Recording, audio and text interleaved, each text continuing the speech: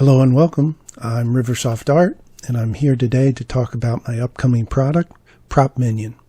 Prop Minion, while not necessarily needing Bone Minion, beautifully leverages the Bone Minion architecture to provide on-demand prop and accessory conversion between any figure generation that Bone Minion supports. Have you ever wanted to load Genesis 8 props and accessories on a Genesis 9 figure, and they always are loading incorrectly because the bone names are different? Or have you ever wanted to delete all the props and accessories from a figure, no matter where they're hiding in the bone hierarchy? Or even, have you ever wanted to take your perfectly kit-bashed outfit and copy it from one figure to another in your scene? Or just set up Bone Minion so you can use those hierarchical poses that use those swords and pickaxes or whatever easily. Then Prop Minion is for you. Alright, let me dive right into it so you can see Prop Minion in action. So here in this scene I have Genesis 9 loaded, and traditionally you go, oh, I see this great pickaxes from the adventure output for Genesis 8 female. Let me load it on the left hand, and it comes in, and because the bone name's different, it's not on the figure at all. If you pose the figure, it won't work whatsoever. So what can Prop Minion do for you?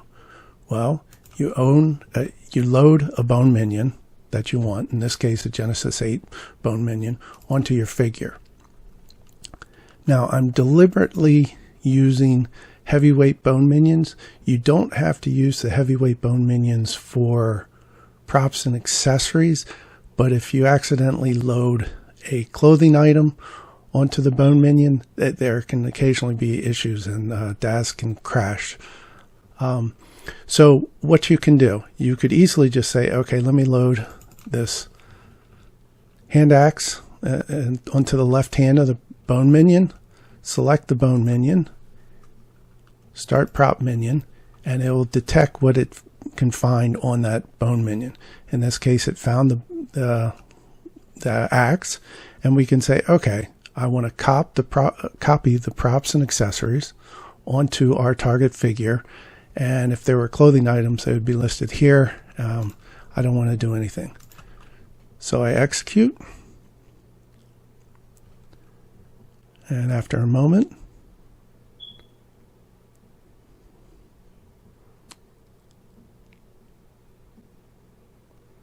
it loads, and it's perfectly on the hand.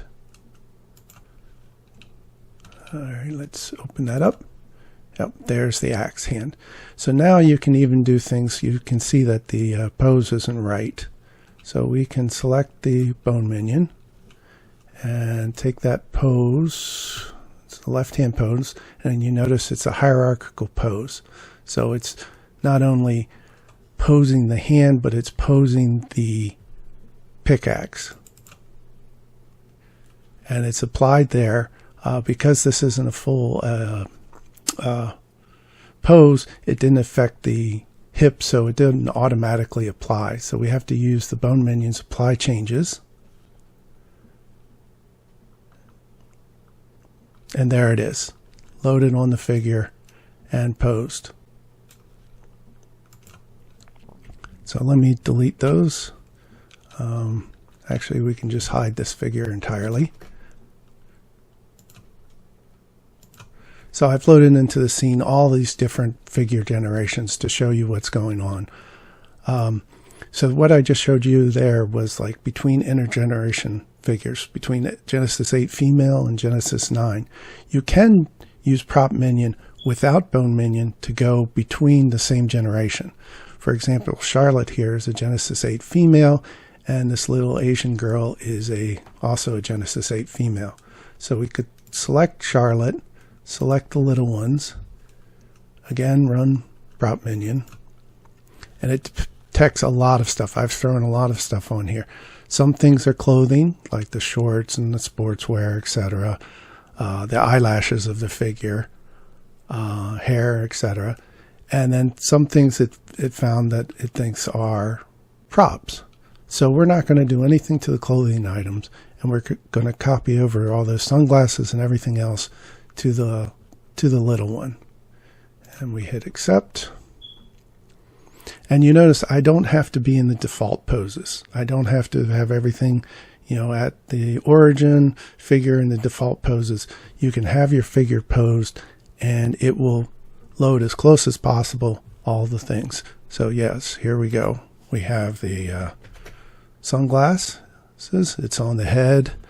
There's the earrings that were copied over. They're on the ears. There's rings here on the hand. And everything else. And very simple to get things over. So you could also copy the clothing, and so that's what I was talking about with the kit bashing. You can also use Prop Minion, like I mentioned, just to delete stuff. So in this case, I want to take, I believe, all of the, all of these sunglasses, rich watch. Yeah, it doesn't have anything. So we'll just say delete. You could also use it for a quick selection, just to show you really quick. No items or anything were removed.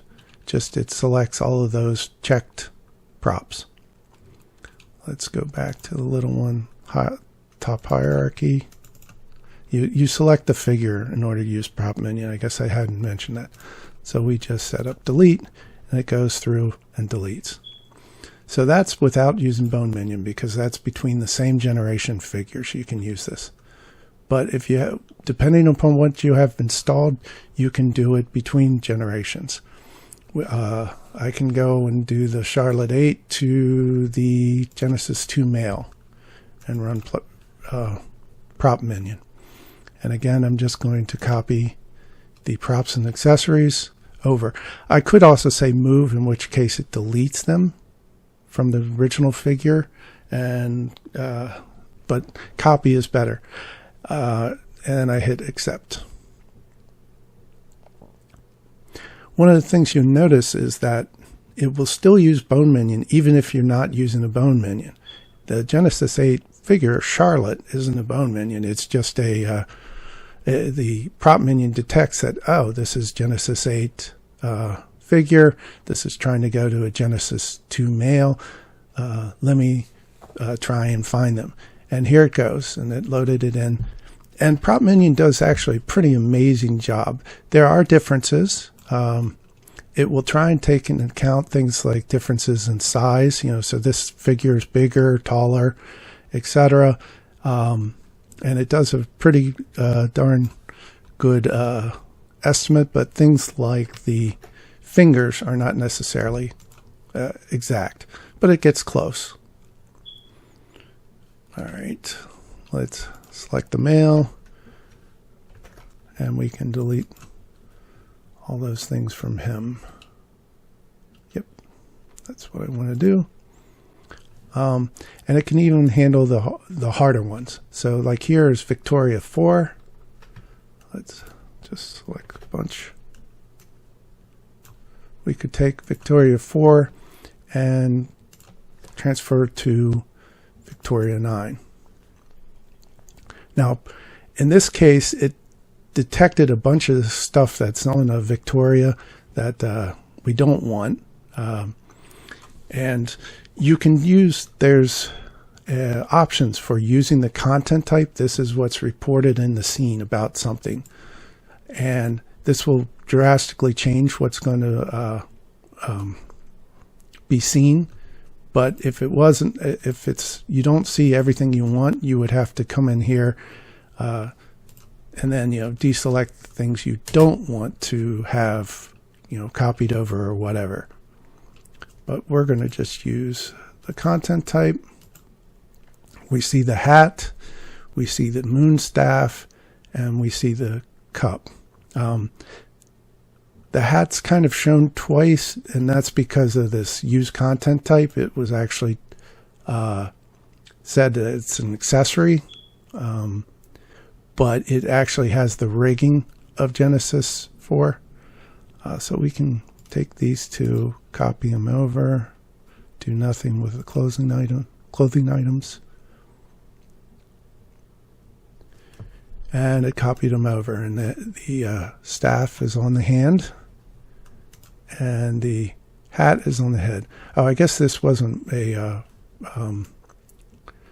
it was reporting it incorrectly. And that's why it was in the clothing item. But it's on the head. It's not exact. The figure generations are very different. And so it can't always get it. Let's delete that. What other... so we want to just delete those and do nothing about that. Let's see. I think that's most of the actions. I will say, like you can use Prop Minion to transfer the clothing, but it's not converted. It is just, it would use the standard auto fit. So like if we did Genesis 8 to Victoria 9, ran Prop Minion, and we said, okay, we want to copy over all of those wonderful accessories, but we're also going to copy over, and I'll just make it simple, the shorts and the sports bra. We're going to see the auto fit come up for those items, and you would treat that as normally as if you were just loading the clothing directly on Genesis 9.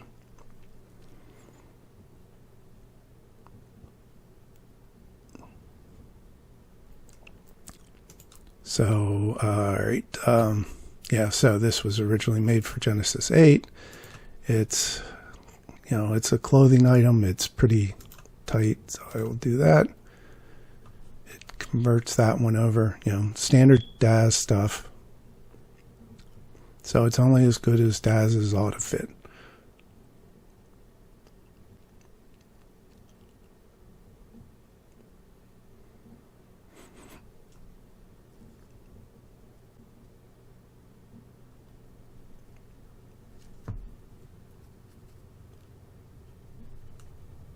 And it's slow. All right, Genesis 8 female. Missed that. So you notice it's already copied over the props, and they're generally in the correct places. There's a few errors. It certainly does a better job than I've done manually.